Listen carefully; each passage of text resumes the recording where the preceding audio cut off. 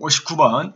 다음은 변호인에 대한 설명이다. 가장 적절한 것은, 그러면 하나만 맞고 4개는 다 틀리다, 3개는 틀리다는 얘기인데 한번 봅시다. 1번.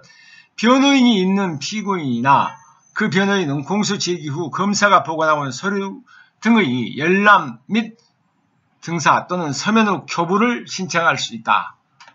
그런데 변호인이 있는 피고인은 무엇만 할 수 있습니까? 열람만 신청할 수 있습니다. 그렇기 때문에 틀렸고, 2번. 변호인은 피고인의 명시적 의사에 반하여 공판 기일의 변경을 신청할 수 있다. 2번은 맞죠? 변호인은 뭐 할 수 있다? 공판 기일을 변경을 신청할 수 있다. 3번. 피고인의 법정 대리인, 배우자, 직계, 친족, 여기까지는 맞는데 형제, 자매, 동거인, 형제, 자매까지는 맞구나. 동거인 또는 고용주는 독립하여 변호인을 선임할 수 있다. 그게 틀렸죠? 어디가 틀려 있습니까? 자, 형제, 자매까지는 되지만 동거인이나 고용주는 독립하여 변호인을 선임할 수 없습니다. 4번의 경우는 여러분이 잘 한번 봐보십시오. 이건 이의를 제기하는 경우와 의견 진술은 나눠서 생각을 하셔야 될 겁니다. 피의자에 대하여 선임된 변호인은 수사기관에 의한 피의자 신문 도중이라도 부당한 신문 방법에 대하여 의의를 제기할 수 있고, 그러니까 부당한 것은 언제든지 이의를 제기할 수 있다. 여기까지는 맞고, 자유롭게 개입하여 자신의 의견을 진술할 수 있다. 의견 진술은 검사 또는 사법경찰관의 승인을 얻어야만 의견을 진술할 수 있습니다. 자, 그래서 59번의 답은 2번입니다. 60번. 변호인에 대한 설명으로 옳지 않는 것은 1. 하나의 사건에 관여한 변호인 선임은 피고인 또는 변호인이 다른 의사표시를 하지 않는 한 동일 법원의 동일 피고인에 대하여 병합된 다른 사건에 관하여도 효력이 있다. 병합된 사건에서는 피고인 또는 변호인이 다른 의사를 표시하지 않으면 그 효력이 있습니다. 2번. 원심에서 변호인의 선임은 항소심에서 공소기각 또는 관할 위반의 재판이 법률에 위반됨을 이유로 원심 판결이 파기 환송 후에도 효력이 있다. 맞고 3번. 변호인뿐만 아니라 변호인이 되려는 자도 신체 구속을 당한 피고인 또는 변호인과 접견하고 서류 또는 물건을 수수할 수 있다. 4번. 변호인은 독립하여 구속 취소를 할 수 있으나 피고인은 명시한 의사에 반하여 보석을 청구해서 보석도 피고인에게 유리한 행위이기 때문에 명시한 의사에 반하여서도 보석을 청구할 수 있습니다. 그래서 옳지 않는 것은 4번입니다. 61번. 현행 법령상 변호인에 대한 설명으로 옳지 않는 것은, 옳지 않는 걸 골라라 그랬죠. 자, 1. 피고인 또는 피의자의 법정 대리인, 배우자, 직계, 친족과 형제, 자매는 독립하여 변호인을 선임할 수 있다. 맞고 2번. 대법원 이외의 법원은 특별한 사정이 있으면 변호인 아닌 자를 변호인으로 선임함을 허가할 수 있다. 이걸 특별변호인이라 그러죠. 3번. 변호인의 수인이 있는 경우 피고인, 피의자 또는 변호인의 신청에 의하여 재판장은 대표 변호인을 지정할 수 있다. 맞고 4번. 환송 또는 이송 전 원심에서 변호인의 선임은 파기 환송 또는 파기 이송 후에는 효력을 가지지 아니한다. 그래서 틀렸죠. 파기 환송 또는 파기 이송 후에도 효력을 갖습니다. 그래서 답은 4번이다. 62번. 변호인에 관한 설명 중 가장 옳지 않는 것은 1. 변호인은 의뢰인의 요청에 따른 변론회의라는 명목으로 수사기관이나 법원에 대하여 적극적으로 허위 진술을 하거나 피고인 또는 피의자로 하여금 허위 진술을 하도록 하는 것은 당연히 허용되지 않는다. 1번은 맞고 2번. 필요적 변호 사건이라도 판결만을 선고하는 경우에는 변호인 없이 개정할 수 있습니다. 맞고 3번. 동일한 변호사가 민사사건에서 형사사건의 피해자에 해당하는 상대방 당사자를 위한 소송 대리인으로 소송 행위를 하는 등 직무를 수행하다가 나중에 실질적으로 동일한 쟁점에 포함하고 있는 형사사건에서 피고인을 위한 변호인으로서 선임되어 변호활동을 하는 등 직무를 수행하는 것은 허용되지 않는다. 이해가 충돌되죠. 그렇기 때문에 허용되지 않는다. 4번. 필요적 변호사에서 피고인과 국선 변호인이 모두 법정 기간 내에 항소 이유서를 제출하지 아니한 경우 국선 변호인이 항소 이유서를 제출하지 아니하는 데 대하여 피고인에게 귀책 사유가 없더라도 법원은 항소 기각 결정을 해야 된다가 아니라 뭐라고 해야 됩니까? 피고인에게 귀책 사유가 있음이 특별히 밝혀지지 않는 한 법원은 정전에 국선변호인을 선임한 사람은 취소해야 되겠죠. 그래서 새로운 국선변호인을 선정하여 다시 소송 기록 접수 통지를 함으로써 새로운 국선변호인으로 하여금 며칠 이내에요. 통지를 받은 때부터 20일 이내에 항소 이유서를 제출하도록 해야 됩니다. 그래서 틀린 것은 4번입니다. 63번 변호인에 관한 다음 설명 중 가장 적절하지 않는 것은 여기서 자 봅시다. 퇴정하는 경우하고 불출석하는 경우를 여러분이 판례지만은 잘 구별해 주십시오. 1. 필요적 변호 사건의 공판 절차가 사선 변호인과 국선 변호인이 모두 불출석한 채 아직 안 나온 채 개정되어 국선 변호인의 선정 취소 결정이 고지된 후 변호인 없이 피해자에 대한 증의 신문 등의 절차가 이루어진 경우 이와 같이 이 법안 공판 절차에서 이루어진 피해자에 대한 증의 신문은 일체의 소송행위가 모두 무효라고 볼 수 없다가 아니라 이럴 경우에는 일체의 소송행위가 모두 무효라고 봐야 됩니다. 불출석해가지고 다시 국선 변호인의 선정 취소 결정을 한 다음에는 변호인이 없으면 안 되겠죠. 그래서 그때 일어나는 건 모두가 무효라고 해야 된다. 2번 필요적 변호 사건에서 피고인이 재판 거부의 의사표시를 한 후 재판장의 허가 없이 퇴정하고 변호인마저 이를 동조하여 퇴정해버린 것은 피고인 측의 방어권 남용 내지 변호권의 포기이므로 수서법원은 피고인이나 변호인 없이 심리 판결할 수 있다. 이건 어쩝니까? 허가 없이 퇴정한 경우 이것은 피고인이나 변호인 없이 심리 판결할 수 있는 것이다. 3번 형사소송법에서 변호인을 선임할 수 있는 자는 피고인 및 피의자와 형사소송법 30조 2항에 규정된 자에 한정된 것이고 피고인 및 피의자로부터 그 선임권을 위임받은 자가 피고인이나 피의자를 대리하여 변호인을 선임할 수 있다 없다? 없는 것이다. 3번 지문도 잘 알아두십시오. 4번 항소법원이 국선변호인 선정 이후 병합된 사건에 관하여 국선변호인의 소송 기록 접수 통지를 하지 아니함으로써 항소 이유서 제출 기회를 주지 않는 채 판결 선고한 것은 이 법이다. 그래서 답은 1번입니다. 그래서 1번하고 2번 판례는 비교해서 여러분이 잘 숙지해 주시기 바랍니다. 답은 1번입니다.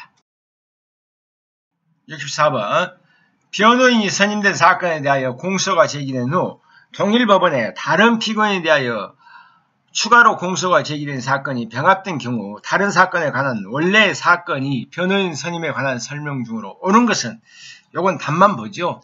단 쓸데없는 거 보면 여러분이 혼동되니까 답은 3번입니다. 피고인 또는 변호인이 반대의 의사표시를 하지 않는 경우에 변호인 선임의 효력이 미친다. 자, 답은 3번이다. 65번 변호인에 관한 다음 설명 중 옳은 것은 몇 개인가? 1번 대표 변호인의 수는 2인을 초과할 수 없다가 아니라 3인을 초과할 수 없답니다. 니은 피고인의 법정 대리인, 배우자, 직계, 친족, 형제, 자매 여기까지는 맞지만 동거인 또는 고용주는 독립하여 변호인을 선임할 수 있다. 동거인 또는 고용주가 틀렸습니다. 디귿 피고인은 법원은 국선 변호인 선정에 불복할 수 있다가 아니라 없다죠. 리을 피고인이 원심법원에 대해 자신이 지체, 척추 4급 장애인으로서 국민 기초생활수급자에 해당한다는 소명자료를 첨부하여 서면으로 형사소송법 제33조 제2항에 정한 빈곤을 사유로 한 국선 변호인 선정 청구를 하였음에도 원심이 국선 변호인을 선정하지 아니한 채 공판 심리를 진행한 것은 판결에 영향을 미친 위법이 있다. 리을은 맞습니다. 지금까지 맞는 건 하나였죠. 미음 필요적 변호 사건에서 판결만을 선고한 경우 변호인 없이 개정할 수 없다가 아니라 있다죠. 판결만을 선고할 때는 변호인이 없어도 됩니다. 그래서 답은 2번 한 개입니다. 66번 국선 변호인에 관한 설명 중 가장 적절하지 않는 것은 자, 1. 법원은 피고인 수인 간의 이해가 상반되는 경우 그 수인의 피고인을 위한 동일한 국선 변호인을 선정할 수 있다. 이해가 상반되면 안 되겠죠. 이해가 상반되는 경우에는 국선 변호인을 선정, 이해가 상반되지 아니할 때는 동일한 국선 변호인을 선정할 수 있지만 이해가 상반되는 경우에는 동일한 국선 변호인을 선정해서는 안 됩니다. 그래서 틀린 것은 1번이고 나머지 부분은 한번 봐봅시다. 2번 형사소송법 제33조는 변호인이 없을 때 법원은 직권으로 변호인을 선정해야 하는 경우로 피고인이 사형, 무기 또는 여기 국선 변호에서 반드시 장기냐 단기냐 이게 시험 문제 잘 나오거든요. 단기 3년 이상의 징역이나 금고에 해당하는 사건으로 기소된 때를 들고 있다. 맞고 3번 법원은 피고인이 빈공 그 밖의 사유로 변호인을 선임할 수 없는 경우에 피고인의 청구가 있을 때, 이 청구가 이때는 빈곤의 경우에는 피고인의 청구가 있을 때 변호인을 선정해야 된다. 4번 법원은 피고인의 연령, 지능 및 교육 정도 등을 참작하여 권리보호를 위하여 필요하다고 인정될 때는 피고인은 명시적 의사에 반하지 아니한 범위 안에서 변호인을 선정해야 된다. 그래서 권리보호를 위해서는 어쩌냐? 피고인은 명시적 의사에 반하지 아니한 범위 내에서 변호인을 선정해야 한다는 것. 그래서 이 답은 1번입니다. 67번 변호인에 관한 다음 기술 중 옳지 않는 것은 모두 몇 개인가? 여기는 먼저 해답부터 말씀드릴게요. 여기에는 A부터 E까지는 모든 판례가 틀린 판례가 없습니다. 그래서 답은 1번이겠죠. 그렇다면 여기에 있는 것은 다 판례가 맞으니까 맞는 판례를 한번 봐보자고요. A. 변호인 선임 신고서는 특별한 사정이 없는 한 원본을 의미한다 할 것이므로 4번은 적법한 변호인 선임 신고서가 아니라고 할 것이다.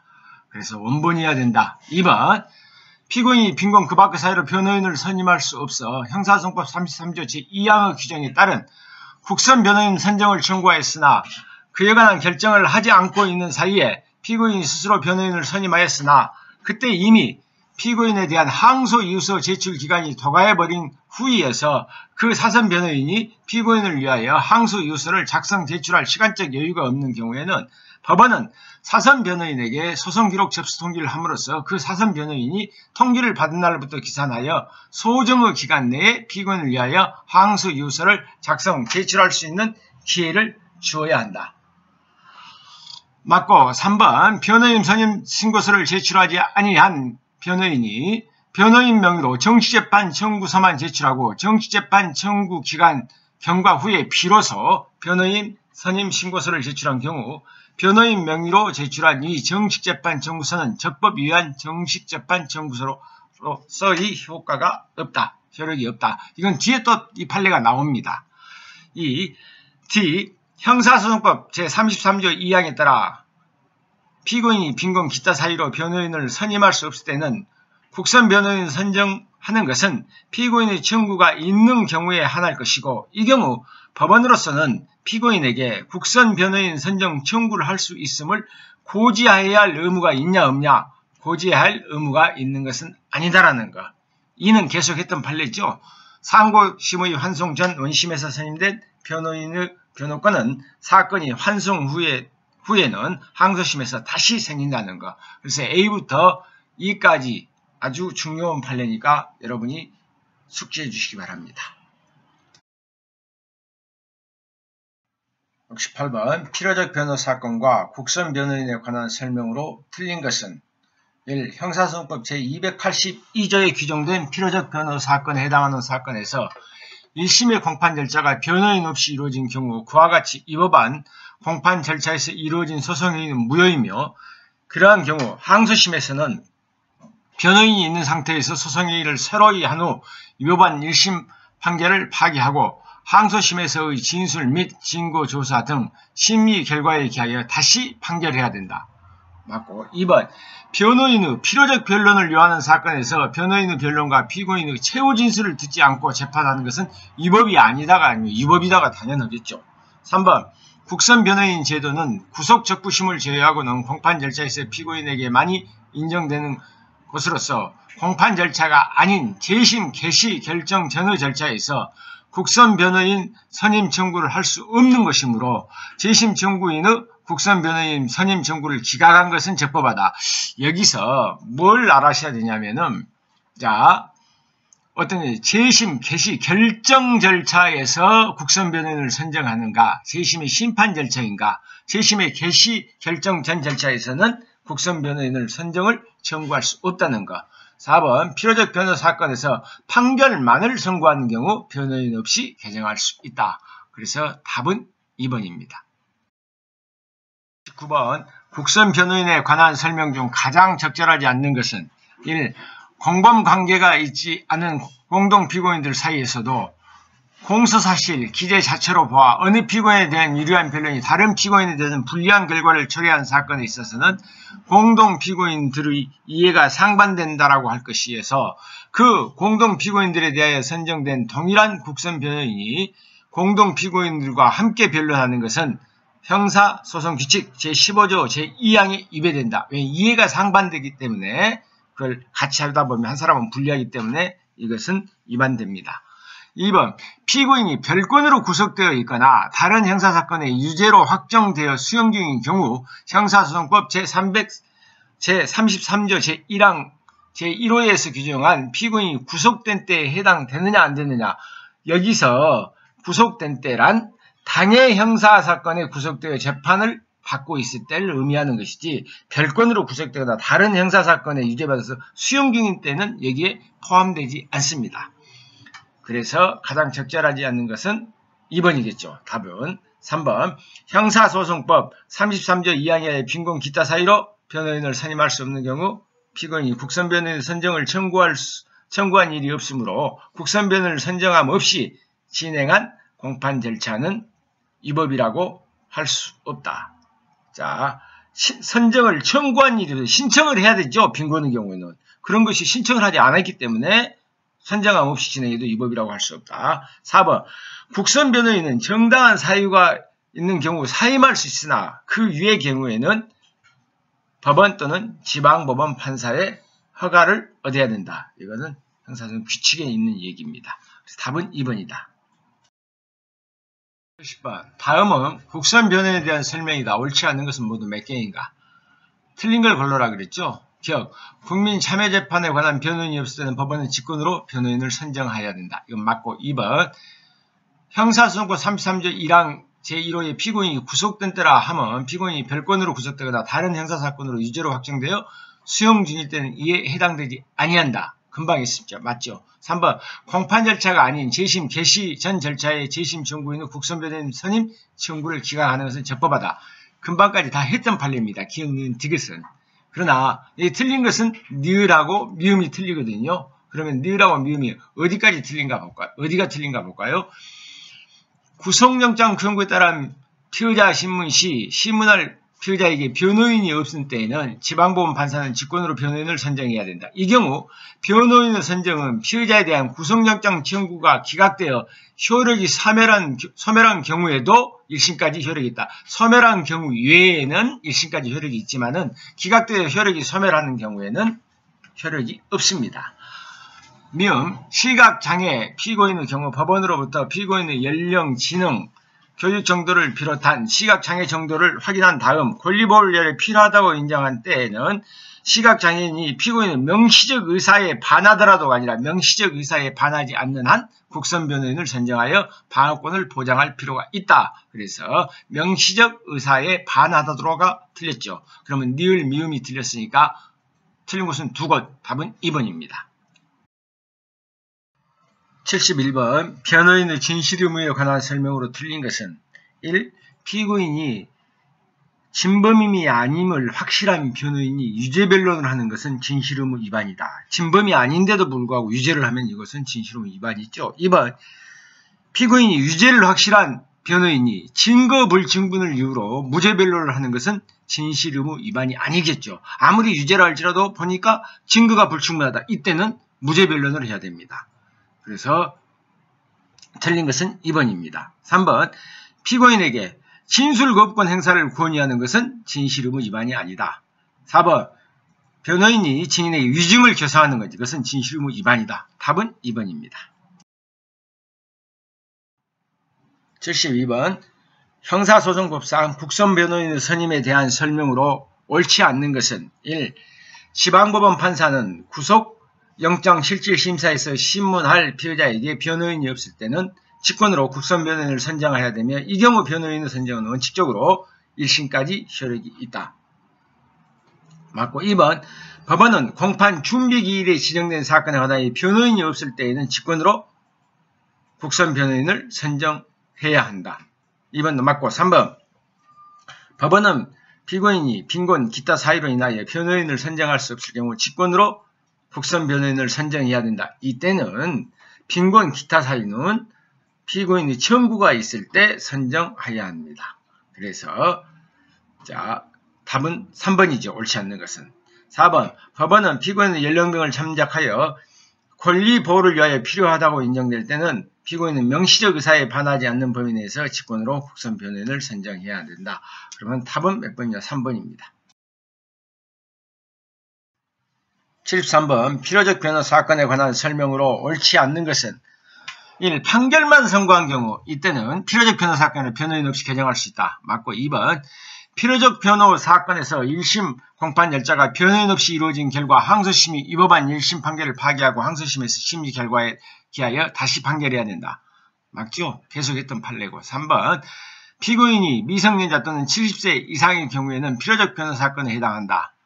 당연하고. 4번 필요적 변호 사건에서 변호인의 출석 없이 실체적 심리가 이루어진 경우 그 심리 절차는 무효이지만 그 외의 절차에서 적법하게 이루어진 소송행위까지는 모두 무효라고 볼 수 없다. 4번도 맞고 5번 구속영장이 청구되어 신문하는 피의자에게 변호인이 없는 경우 지방법원 판사는 직권으로 변호인을 선정해야 하고 영장 청구가 기각되더라도 영장 청구가 기각되는 경우 이외에는 선정후 효력이 1심까지 효력이 지속됩니다.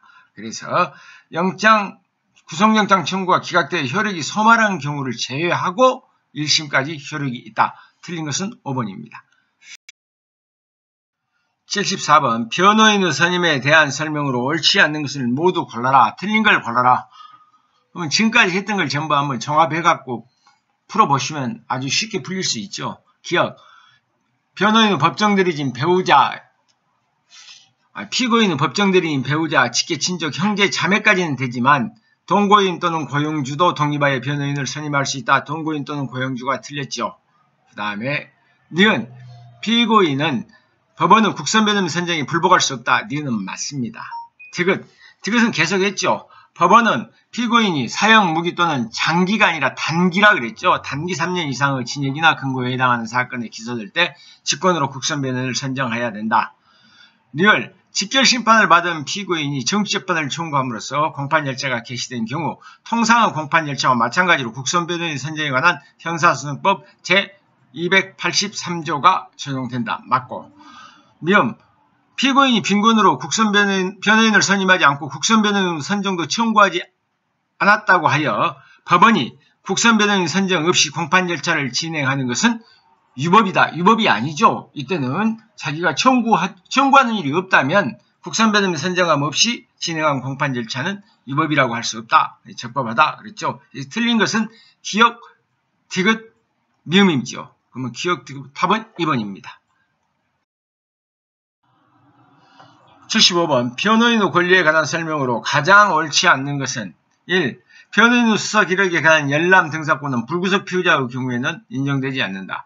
원칙적으로 수사 기록에서의 열람 등사권은 피의자 경우에는 인정되지 않는다라고 봐야 되겠죠. 2번 미결 수용자와 변호인 또는 변호인이 되려는 자와 접견 교통권은 교도관이 참여하지 못하지만 그 내용을 청취 또는 녹취할 수도 청취 또는 녹취도 할 수 없습니다. 그래서 옳지 않은 건 2번이죠.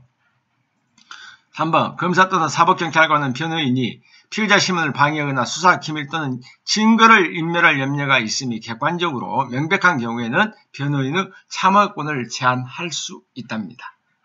자, 4번 수사기관이 피의자 신문에 변호인의 참여를 부당하게 제한하거나 중단시키는 경우 수사기관의 처분에 대해서 뭐 할 수 있다? 준항고를 제기할 수 있다. 그럼 답은 2번입니다.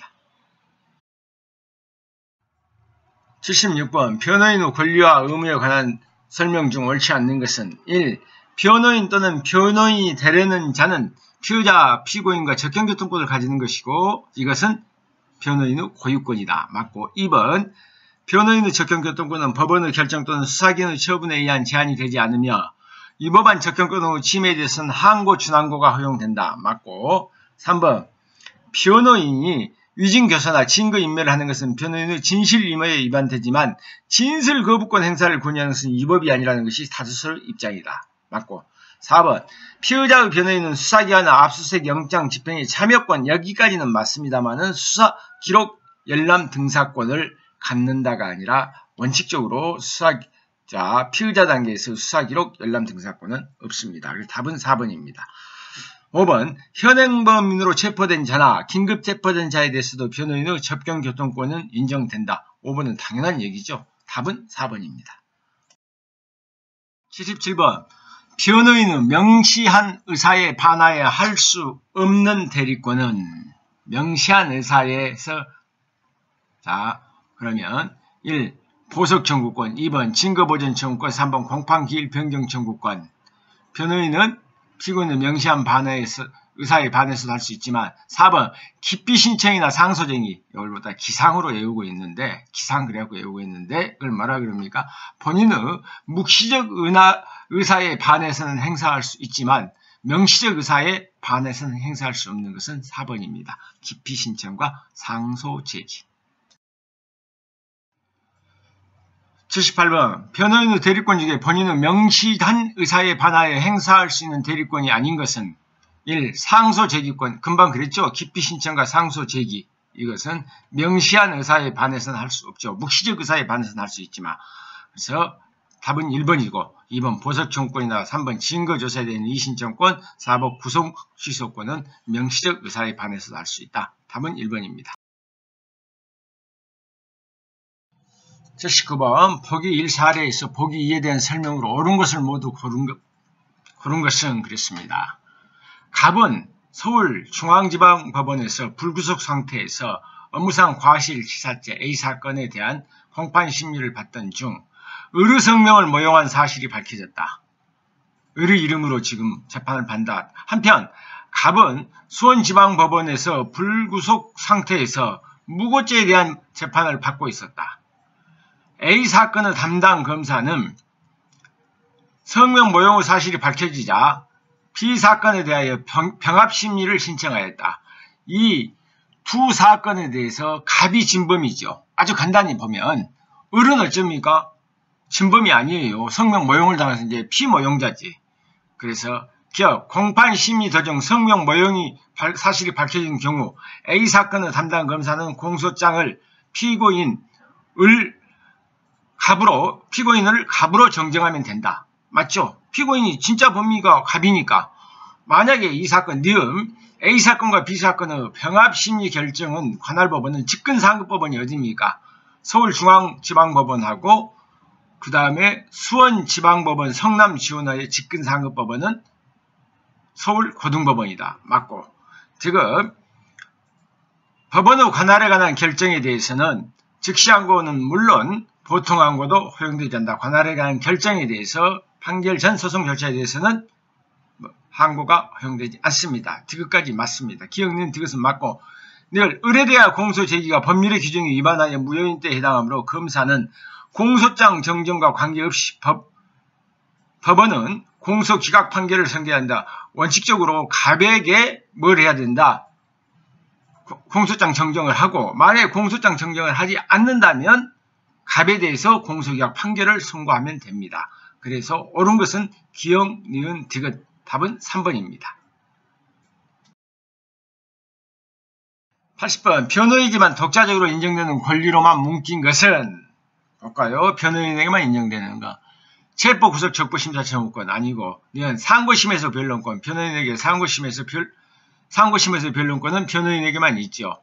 그 다음에 디귿 인신 구속된 피의자, 피고인과의 접견교통권 변호인에게 있고 니을 피고인 신문권. 피고인 자기가 묻고 자기가 답할 수 없으니까 피고인 신문권 변호인에게 있다. 니은, 디귿, 니을입니다. 그 다음에 미음 증거조사에 대한 이의신청권이나 재판장의 처분에 대한 이의신청권은 피고인에게도 있습니다. 그렇다면 니은, 디귿, 니을인 것이 여기에서 보면은 답은 니은밖에 없는 것 1번밖에 답이 아니겠죠. 자, 답은 1번입니다. 81번 이건 소송 능력에 관한 건데 소송 능력에 관한 건데 뒤에서 할 건데 지금 앞으로 나와 있으니까 그냥 앞에서 할게요. 한 문제니까. 81번 형사소송법상 소송 능력에 관련된 판례다. 틀린 것은 소송 능력에 대한 판례인데 이게 사실은 소수설이하고 틀린 걸 골라라 해가지고 소수설로 나온 것을 판례로 나와 있던 문제인데 이건 뭐 여러분이 한번 봅시다. 소송 능력이 뭡니까? 일단 소송 능력이란 자기의 처지를 잘 이해하고 자기를 방어할 수 있는 능력, 아주 한마디로 말하면 그것이죠. 그렇다면 당사자 능력 그 말은 살아있다는 얘기고 소송 능력은 산 사람 중에서도 자기를 방어할 수 있는 능력이 있느냐 없느냐의 부분입니다. 그래서 답은 1번이니까 2번, 3번, 4번을 먼저 숙지를 하고 1번으로 돌아가도록 하겠습니다. 2번 형사소송법상 소송 능력이라 하면 소송 당사자가 유효하게 소송행위를 할 수 있는 능력, 즉 피고인 또는 피의자가 자기의 소송법상 지위와 이해관계를 이해하고 이에 따라 방어행위를 할 수 있는 능력을 의미한다. 맞고 3번 반의사불벌죄에 있어서 피해자의 피고인 또는 피의자에 대한 처벌을 희망하지 않는다는 의사표시 또는 처벌을 희망하는 의사표시의 철회는 형사소송 절차에 있어서 소송 능력에 관한 일반 원칙에 따라 의사능력이 있는 피해자가 단독으로 일을 할 수 있다. 의사능력이 있다면 할 수 있다. 4번 피해자가 1심 법정에서 피고인에 대한 처벌 희망 의사표시를 철회할 당시 비록 14세 10개월 어린 나이였다고 하나 피해자의 의사표시가 당해 사건의 범행 의미, 본인의 피해당한 정황, 자신이 하는 처벌 희망 의사표시 철회의 의미 및 효과를 충분히 이해하고 분별할 수 있는 등 의사능력이 있는 상태에서 행하였다면 법정 대리인의 동의가 없더라도 법정 대리인의 동의 없이 또 그 철회의 의사표시는 어쩐다 유효하다. 이것도 알아두시는 게 좋겠죠. 그러면 이제 틀린 걸 봅시다. 1번 형사소송법 등에서 친고죄와 달리 반의사불벌죄에 대해서 법정 대리인이 관여할 수 있는 규정을 명시적으로 두고 있지 않다는 이유만으로 일률적으로 피해 청소년이 이와 같이 중요한 의미를 갖는 소송행위를 단독하기로 결정하도록 내버려 두는 것은 헌법이 요구되는 국가의 책무인 청소년에 대한 보호를 방기하는 결과로 된다. 그래서 2번, 3번, 4번과 특히 몇 번과 충돌합니까? 4번과는 아주 충돌되죠. 그래서 답은 틀린 것은 1번입니다.